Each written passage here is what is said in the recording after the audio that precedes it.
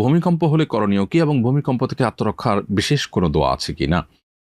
উত্তর হলো যে ভূমিকম্প হলে একজন ঈমানদার আল্লাহ রাব্বুল উপরে পরিপূর্ণভাবে তাওয়াক্কুল করবে, ভরসা করবে এবং আত্মরক্ষার জন্য সংশ্লিষ্ট বিষয়ে যারা বিশেষজ্ঞ আছেন তারা যে সমস্ত পরামর্শ দিয়ে থাকেন সেগুলোকে তারা আমল নিয়ে নিজেকে নিরাপদে রাখার চেষ্টা করবেন।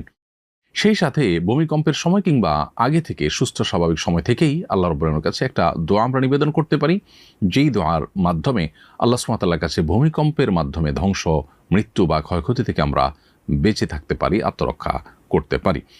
দোয়াটি নবী সাল্লাল্লাহু আলাইহি ওয়াসাল্লাম পাঠ করতেন, সেটি হলো আল্লাহুম্মা ইন্নী আউযু বিকা মিনাত তারাদ্দি ওয়াল হাদাম ওয়াল গারাকি ওয়াল হারাক। অর্থাৎ, হে আল্লাহ, আপনার কাছে আমি পানা চাই উপর থেকে পড়ে মৃত্যুবরণ করা থেকে, কিংবা কোনো ভবন বা কোনো কিছু ভেঙে চাপা পড়ে মৃত্যুবরণ করা থেকে।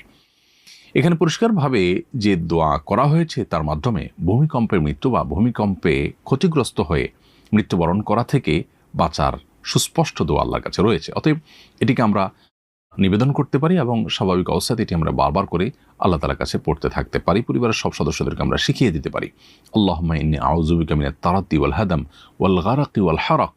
আল্লাহ, আপনার কাছে পানা চাই উপর থেকে পড়ে মৃত্যুবরণ করা, কোনো কিছুর নিচে চাপা পড়ে মৃত্যুবরণ করা, এবং আগুনে পড়ে মৃত্যুবরণ করা এবং পানিতে ডুবে মৃত্যুবরণ করা, এগুলো থেকেও পানা চাই। ওয়াল গারাক ওয়াল হারাক, অর্থাৎ পানিতে ডুবে মারা যাওয়া কিংবা আগুনে পড়ে মারা যাওয়া থেকে পানা চাই।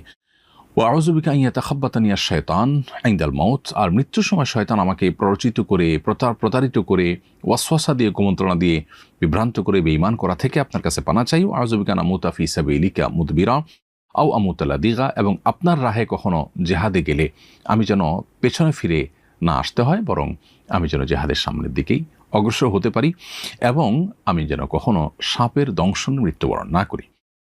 এভাবে দোয়া নবী সাল্লাল্লাহু আলাইহি ওয়াসাল্লাম করেছেন। যদিও এই যে মৃত্যুগুলো, এই মৃত্যুগুলো কোনোটি কিন্তু খারাপ মৃত্যু নয়, শুধুমাত্র জেহাদের ময়দান থেকে পলায়ন করা এটি খারাপ এবং কবিরা গুনাহ। বাকি যে কোনো মৃত্যু কিন্তু একজন নেককার মৃত্যু হতে পারে। অতএব কেউ যদি সাপের দংশনে মারা যায় কিংবা কেউ যদি পানিতে ডুবে মারা যায়, তাহলে সেক্ষেত্রে সেগুলো খারাপ কোনো মৃত্যু নয়। শয়তানের ওয়াসওয়াসা দিয়ে কেউ যদি, ওয়াসওয়াসার কারণে কেউ ঈমান ছাড়া মারা গেলেন, সেটা খারাপ।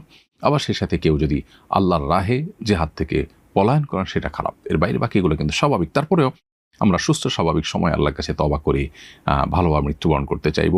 কোনো ভবনের নিচে চাপা পড়ে, কোনো কঠিন পরিস্থিতিতে পড়ে ধুকে ধুকে মারা যাওয়া, এটা নিশ্চয়ই কারোর কাঙ্ক্ষিত বিষয় হতে পারে না।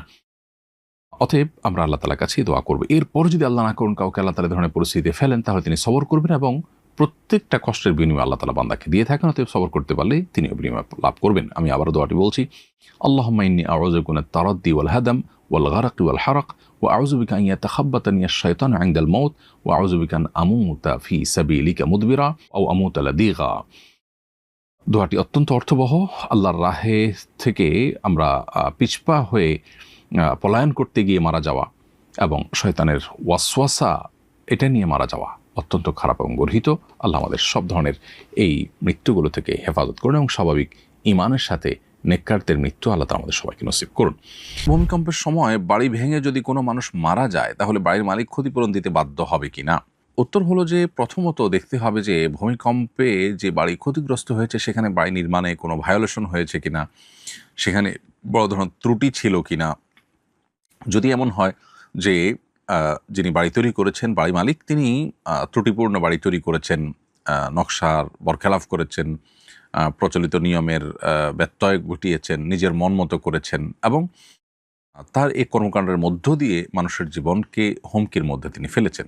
ভূমিকম্প এত আহামরি কোনো ভয়াবহ মাত্রার ছিল না, কিন্তু তার ত্রুটির কারণে মানুষ মারা গেছে, তাহলে সেক্ষেত্রে তার দায়ভার তাকে নিতে বাধ্য করা হবে, এবং সেটা শরিয়া আদালত থাকলে সেটা ক্ষয়ক্ষতি এবং সার্বিক অবস্থা বিবেচনা করে ফয়সালা দিবেন এবং তাকে ক্ষয়ক্ষতি নিতে বাধ্য করা হবে। আর যদি তিনি যথাযথ নিয়ম মেনেই বাড়ি করে থাকেন, তাহলে সেক্ষেত্রে এটা প্রাকৃতিক দুর্যোগ হিসাবে ধরা হবে এবং সেক্ষেত্রে তার উপরে কোনো ক্ষয়ক্ষতির দায়ভার বহন করতে তাকে বাধ্য করা হবে না। এবং সেই সাথে যে বা যারা এই ভাঙা বাড়ির নিচে চাপা পড়ে মারা গেলেন, তাদেরকে শহীদ হিসাবে গণ্য করা হবে।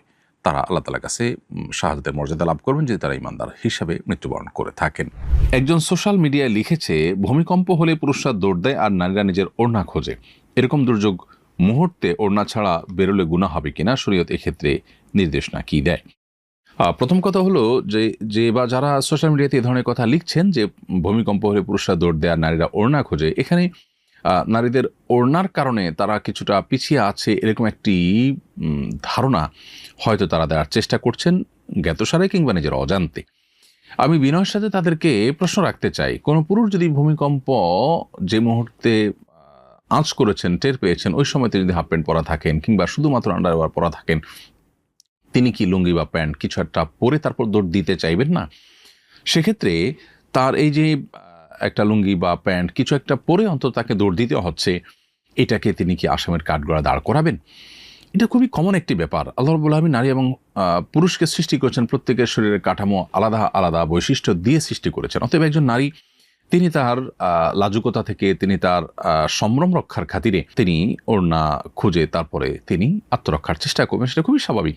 অতএব এইটাকে নিয়ে যারা ট্রল করছেন অথবা নিজের অজান্তে যারা এটাকে নিয়ে হয়তো নেগেটিভ মন্তব্য করছেন, সে মানুষদের কাছে আমাদের বিনীত প্রশ্ন যে তারা এর মাধ্যমে আল্লাহর একটা বিধানের বিরুদ্ধে নিজের অজান্তে হয়তো দাঁড়াচ্ছেন এবং সেই সাথে একটা অযৌক্তিক অবস্থানে তারা দাঁড়াচ্ছেন, কারণ একই কথা তো পুরুষের বেলায়ও প্রযোজ্য হতে পারে।